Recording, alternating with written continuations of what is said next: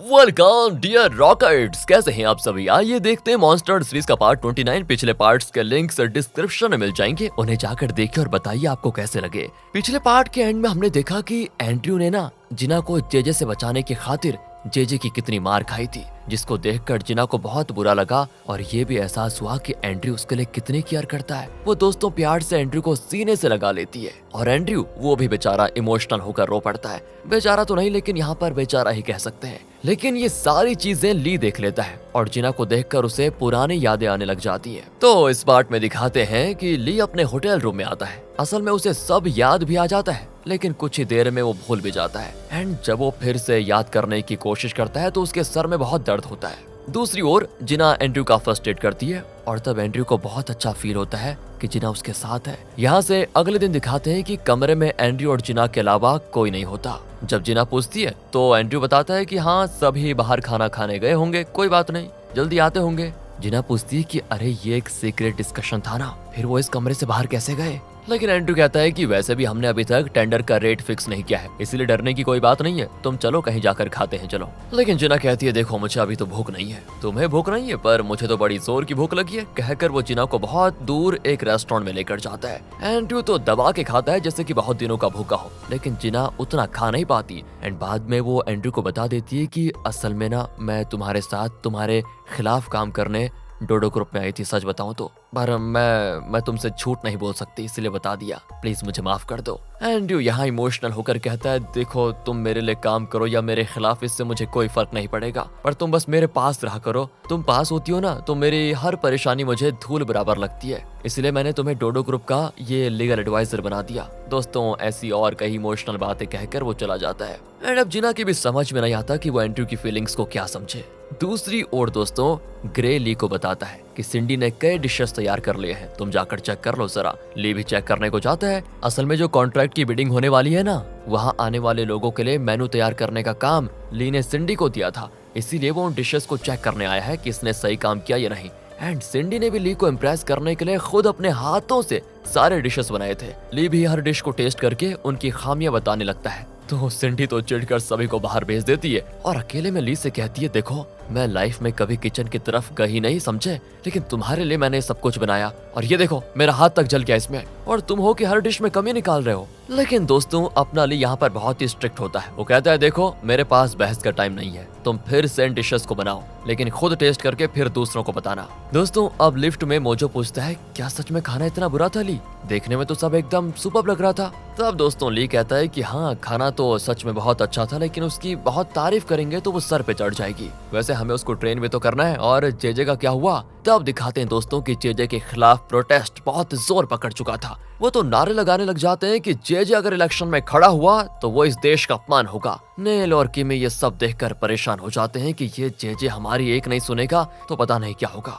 मैंने लाख समझाया कि नॉमिनेशन वापस ले लो, पर वो बड़ा जिद्दी और घमंडी है। तब दोस्तों नेल जेजे से मिलने जाता है और कहता है कि देख लिया तुमने, बाहर तुम्हारे खिलाफ कितना तूफान खड़ा हुआ है और तुम यहाँ पर बुक पढ़ रहे हो, वो भी मजे से। लेकिन जेजे कहता है कि तुम्हें पता है क्या, इस बुक में ऐसी सिचुएशन में जनता का दिल कैसे जीतना है इसके 100 नुस्खे लिखे हुए हैं। अब देखना मैं जनता का दिल कैसे जीतता हूँ, उन्हें अपने कंट्रोल में कैसे करता हूँ। दोस्तों नेल तो जेजे से तंग आ चुका होता है कि ये पागल हो गया है आदमी, मैंने पता नहीं क्यों उसको अपना दामाद बना लिया। वहाँ दोस्तों पैनी जेजे की हर चाल को मोजो को कम्युनिकेट करती रहती है। दूसरी ओर चेयरमैन भाई साहब को दिखाते हैं अपनी सेहत को पहले जैसा बनाने के लिए अपनी तरफ से पूरी कोशिश कर रहे हैं वो। तो पिया आकर उसको खाने के लिए कुछ देता है और कहता है ये मैंने बनाया है, शायद अच्छा नहीं होगा, पर हमारे पास कोई और रास्ता भी तो नहीं है। चेयरमैन खाना टेस्ट करता है लेकिन वो अच्छा नहीं बना होता। तब वो कहता है कि मैं अपनी वाइफ की कुकिंग को मिस कर रहा हूँ यार, सीरियसली। वो भले ही अहंकारी हो गई हो लेकिन खाना पकाने में उसे कोई टक्कर नहीं दे सकता। इतने में उसकी वाइफ आ जाती है तो चेयरमैन पासा ही पलट देता है और पीए से कहता है कि वाह यार तुमने तो कमाल कर दिया,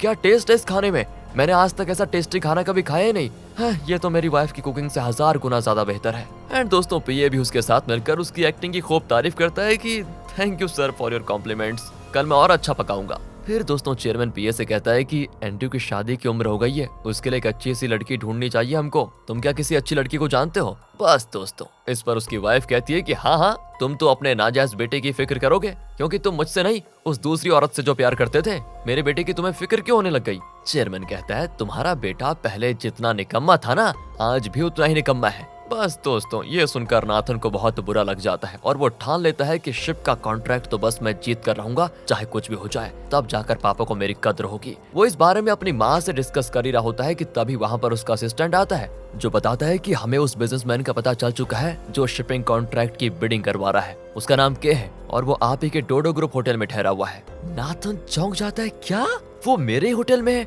और मुझे पता ही नहीं चला? सिंडी वहाँ पर क्या घास चल रही है? उसने मुझे बताया क्यों नहीं? मम्मी आप फिक्र मत करो, मैं उससे अभी मिलता हूँ और कॉन्ट्रैक्ट लेकर ही वापस आऊंगा। कहकर दोस्तों वो बड़े ही जोश के साथ होटल आता है, लेकिन वहाँ पर आने के बाद ली के बॉडीगार्ड्स उसको रोक लेते हैं। इतने में मोजो बाहर आता है जिसको देखते नाथन छुपने लगता है क्योंकि इसी ने मोजो पर झूठा इल्जाम लगाकर डोडो ग्रुप से उसको निकाला था। एंड वो शॉक भी हो जाता है कि ये मिस्टर के का राइट हैंड कैसे बन गया।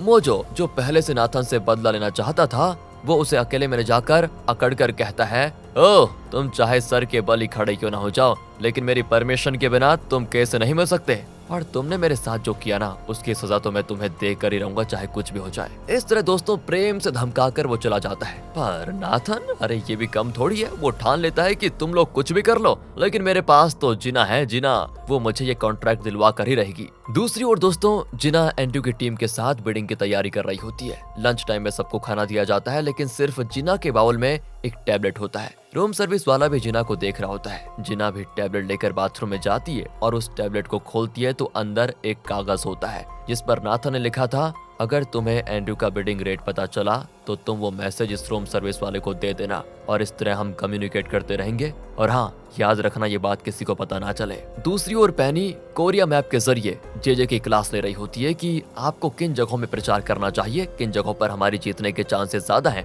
और पॉलिटिक्स के बारे में भी जेजे को दोस्तों वो बहुत कुछ सिखा रही होती है। पर जेजे कहता है मैंने कुछ और ही प्लान किया हुआ है, मुझे उस जगह जाना होगा जहाँ पर लोग मेरे खिलाफ हैं। एंड दोस्तों वो ऐसी एक जगह पर जाकर आम लोगों से कहने लगता है कि मैं आप में से एक हूँ, आपकी तकलीफ को मैं समझ सकता हूँ। दोस्तों वो कहता तो है लेकिन कोई भी उसे सीरियसली नहीं लेता। इतने में वहाँ पर कुछ कलेक्शन एजेंट्स एक गरीब के घर से चीजें बाहर फेंक रहे होते हैं। बस दोस्तों इसे अच्छा मौका समझकर जेजे उनसे भिड़ने पर उतर आता है कि मेरी आंखों के सामने एक गरीब पर अत्याचार करने की तुम्हारी हिम्मत कैसे हुई? वो भी कहते हैं कि इसने उधार लिया है तो तुम कौन हो, और ये पैसे नहीं दे रहा है तो मारेंगे हम इसको, हम वैसे भी बैंक की तरफ से अपना काम कर रहे हैं, आपके लिए बढ़िया यही होगा कि आप इसमें दखल मत दो। न जाने दोस्तों जेजे को ऐसी हिम्मत कहां से आ गई कि वो एकदम से उस कलेक्शन एजेंट को तमाचा मारकर कहता है, गरीब ही इस देश की जान है, उन पर अत्याचार करने वालों को मैं जिंदा नहीं छोड़ूंगा, समझे? बड़े जोश के साथ कहता है दोस्तों वो ये। लेकिन दोस्तों वो दूसरा आदमी भी कहता है कि देखिए इस देश का जो कानून है हम तो उसी के हिसाब से चल रहे हैं। अब जेजे यहाँ पर भाषण देने लगता है कि भाड़ में जाए ऐसे कानून जो गरीबों के किसी काम के नहीं है। दोस्तों इतने में ना उन लोगों ने पुलिस को कॉल कर दिया था और वो जेजे को पकड़कर लेकर जाते हैं क्योंकि उसने सरकारी कलेक्शन एजेंट्स को काम करने से रोका था। पर जेजे को गरीब के लिए लड़ते देखकर वहाँ के लोग जेजे को अपना हीरो मानने लग जाते हैं और वो उससे ही वोट देने का वादा करते हैं। बस यहाँ पर काम हो गया उसका। एंड ये देखकर पैनी और मोजो फैसला करते हैं कि ये तो कुछ अलग ही ट्राई कर रहा है, हमें इसका ये प्लान भी फ्लॉप करवाना पड़ेगा, नहीं तो ये चमक जाएगा। दोस्तों अब जेजे लॉकअप में बैठा हुआ है लेकिन खुश देखो कितना हुआ है। कहता है कि देखा मेरा प्लान काफी हद तक कामयाब रहा। यहाँ दोस्तों सिंडी को दिखाते हैं उसने फिर कुछ डिशेस बनाए थे जिन्हें टेस्ट करके ली कहता है कि हाँ इस बार जरा ठीक बना है। वैसे तुम्हारे मुंह पर ये बैंडेड क्यों लगा हुआ है? वो कहती है क्यों लगा हुआ है? पकाते पकाते गरम तेल छिड़क गया था, वो तो मैं बाल बाल बच गई, वरना तो मैं मरी जाती। ले भी दोस्तों उसको और बोलता है कि अच्छा तेल छिड़कने से कोई मरा है क्या आज तक? ओवर एक्टिंग बंद करो और अगली बार इससे भी बढ़िया बनाना। तभी दोस्तों सिंडी का असिस्टेंट आकर कहता है कि मैडम नाथन आपसे मिलने आया है। एंड दोस्तों इस पर ली सिंडी से कहता है कि जाओ अब तुम जा सकती हो और हाँ मेरे बारे में किसी को कुछ मत कहना। सिंडी को भी दोस्तों गुस्सा आता है कि मैं इतनी मुश्किल से ली को इम्प्रेस करने की पूरी कोशिश कर रही थी और इस भाई को देखो अभी आना था क्या? ये सोचकर वो नाथन से मिलने जाती है। वो भी पूछता है कि तुम मेरी प्यारी बहन हो ना, अब ये बताओ कि वो के कौन है और दिखने में कैसा लगता है? सिंडी को तो दोस्तों ली ने वार्न कर दिया था कि किसी को कुछ मत बताना, इसलिए वो झूठ पे झूठ बोलती है कि के का कद छोटा है और उसकी उम्र लगभग 60 साल की होगी। अब नाथन सोच में पड़ जाता है कि 60 साल के बूढ़े को मैं किस तरह से इम्प्रेस कर सकता हूँ। चलिए दूसरी ओर जेजे को तो बेल मिल जाती है और वो मस्त बॉडीगार्ड के साथ घर आता है। किमी उसे कहती है कि अरे ये तुमने क्या कर दिया है, पता है तुम्हें बेल दिलाने में कितना खर्च हुआ? पर वो कहता है अरे तो क्या हो गया, अभी तो और पैसे खर्च होंगे, बस तुम देखती जाओ, कल मैं इससे भी बड़ा गेम खेलने वाला हूँ। और अगले ही दिन दोस्तों वो दूसरी जगह जाकर जनता के लिए सरकारी ऑफिसर से मार खाता है और पुलिस उसको फिर जेल में बंद कर देती है। इस तरह कई जगहों पर अब जेजे का बोलबाला होने लग जाता है। एंड ये सारी चीजें जानकर नेल को तो अब यकीन हो जाता है कि ये जेजे का पागलपन ही सही, लेकिन लोगों का दिल जीतने में वो सफल हो गया है। अब वो जेराल्ड से कहता है कि जेजे ने अपने दिमाग के बल पर ये सब कुछ किया, लेकिन मुझे उसके साथ एक हिसाब चुकाना है। एक काम करो, तुम कुछ आदमियों का इंतजाम करो जो पब्लिक में जेजे को पीटेंगे, इतना पीटेंगे कि उसे हॉस्पिटल ले जाना पड़े। और ऐसा करने से होगा ये कि जेजे तो लोगों की हमदर्दी पाएगा ही और उसे पीटने की मेरी ख्वाहिश भी पूरी हो जाएगी। एक तीर से दो निशाने। पर हाँ, इस बात का ध्यान रहे कि उसे पता नहीं चलना चाहिए कि मैंने ही उसे मरवाने के लिए आदमी भेजा था। दूसरी ओर नाथन दूसरी कंपनी के ओनर से डीलिंग कर लेता है कि देखो एंड्रयू जो रेट कोट करने वाला है वो मैं आपको बताऊंगा, जिससे वो कॉन्ट्रैक्ट आपको मिल जाएगा और उसके बाद आप मुझे अपना पार्टनर बना देना। पर दोस्तों यहाँ जिना बड़ी दुविधा में होती है, क्योंकि नाथन उससे कॉन्ट्रैक्ट का रेट मांग रहा था, लेकिन अगर वो इन्फॉर्मेशन देगी तो ये एंड्रयू के साथ गद्दारी होगी। और यहाँ ली उस जगह की इंस्पेक्शन करता है जहाँ बिडिंग होने वाली है। सिंडी ने सारी अरेंजमेंट्स की होती है। ली उसकी काफी तारीफ करता है कि तुम हाँ वाकई में अच्छी तरह से ट्रेन हो गई हो, यू आर द बेस्ट। ये सुनकर सिंडी खुशी से झूमने लगती है और कहती है अब तो तुम्हें मेरे साथ ड्रिंक करना पड़ेगा। इतने में ली वहाँ से जा चुका था दोस्तों, बेचारी की किस्मत। वहाँ जिना एक सीक्रेट फोन निकालती है जो उसने एंड्रयू से छुपा कर रखा हुआ था। वो नाथन को कॉल करके बताती है एंड्रयू शिपिंग कॉन्ट्रैक्ट के लिए 6,22,77,770 डॉलर कोट करने वाला है। नाथन बड़ा खुश होकर उस कंपनी के ओनर को बता भी देता है, लेकिन वो कहता है अरे ये तो बहुत ही कम है, इतने कम रेट में हम कॉन्ट्रैक्ट साइन नहीं करेंगे। लेकिन नाथन उसको कहता है कि अरे आप मेरी बात तो मानिए, आप उस रेट से सिर्फ $20 कम कोट कीजिए, काम बन जाएगा आपका, आपको नुकसान नहीं होगा। यहाँ दोस्तों इन्फॉर्मेशन देकर जिना को बहुत बुरा लगता है कि उसने एंड्रयू के साथ गद्दारी की है। एंड वहाँ जेराल्ड ने जेजे पर हमला करने के लिए एक गुंडे को अरेंज कर लिया था। इसी बीच दोस्तों पैनी जेजे को एक टाई गिफ्ट करती है और खुद पहनाती भी है। इतने में किमी आ जाती है और पूछती है ये चल क्या रहा है यहाँ पर। जेजे कहता है तुम यहाँ पर क्यों आई? वो कहती है तुम्हें अब लोग सपोर्ट करने लगे हैं, इसलिए मैंने तुम्हारे साथ प्रचार करने का फैसला किया है। और दोस्तों फिर दोनों प्रचार के लिए निकल पड़ते हैं। जेराल्ड का भेजा आदमी जेजे पर हमला करने के लिए बिल्कुल तैयार खड़ा होता है। उसे ऑर्डर दिया गया है कि जेजे को मारना है, लेकिन इतना भी नहीं मारना कि उसकी जान चली जाए, मतलब ऐसा मारना है कि वो हॉस्पिटल में भर्ती हो जाए और फिर ठीक भी हो जाए। तो वो गुंडा जेजे को मारने के लिए डंडा उठाता है, लेकिन इतने में जेजे का बॉडीगार्ड उसको देख लेता है और इस तरह जेजे यहाँ पर बच जाता है। लेकिन होता यह है इसी भगदड़ में वो डंडा किमी को लग जाता है। बेचारी के सर से खून बहने लग जाता है, उसे फिर तुरंत हॉस्पिटल में भर्ती करना पड़ता है। अब ये जानकर नेल खुद को कोसने लगता है कि ये मैंने क्या कर दिया, मेरी वजह से मैंने अपनों को ही मरवा दिया। दूसरी ओर दोस्तों होटल में शिपिंग कॉन्ट्रैक्ट की बिडिंग के लिए कई कंपनी से लोग आए होते हैं। मुझे अनाउंस करता है कि सुनिए आप अपने अपने कोटेशन फाइल्स इस बॉक्स में डालिए, हमारे बॉस उन्हें जांच परख के बताएंगे कि किसको कॉन्ट्रैक्ट दिया जाएगा किसको नहीं। सभी दोस्तों अपने अपने फाइल्स उस बॉक्स में डालने लगते हैं और ली ये सब कुछ सीसीटीवी के जरिए देख रहा होता है। जिना को देखते ना उसके दिमाग में फिर से कुछ होने लगता है।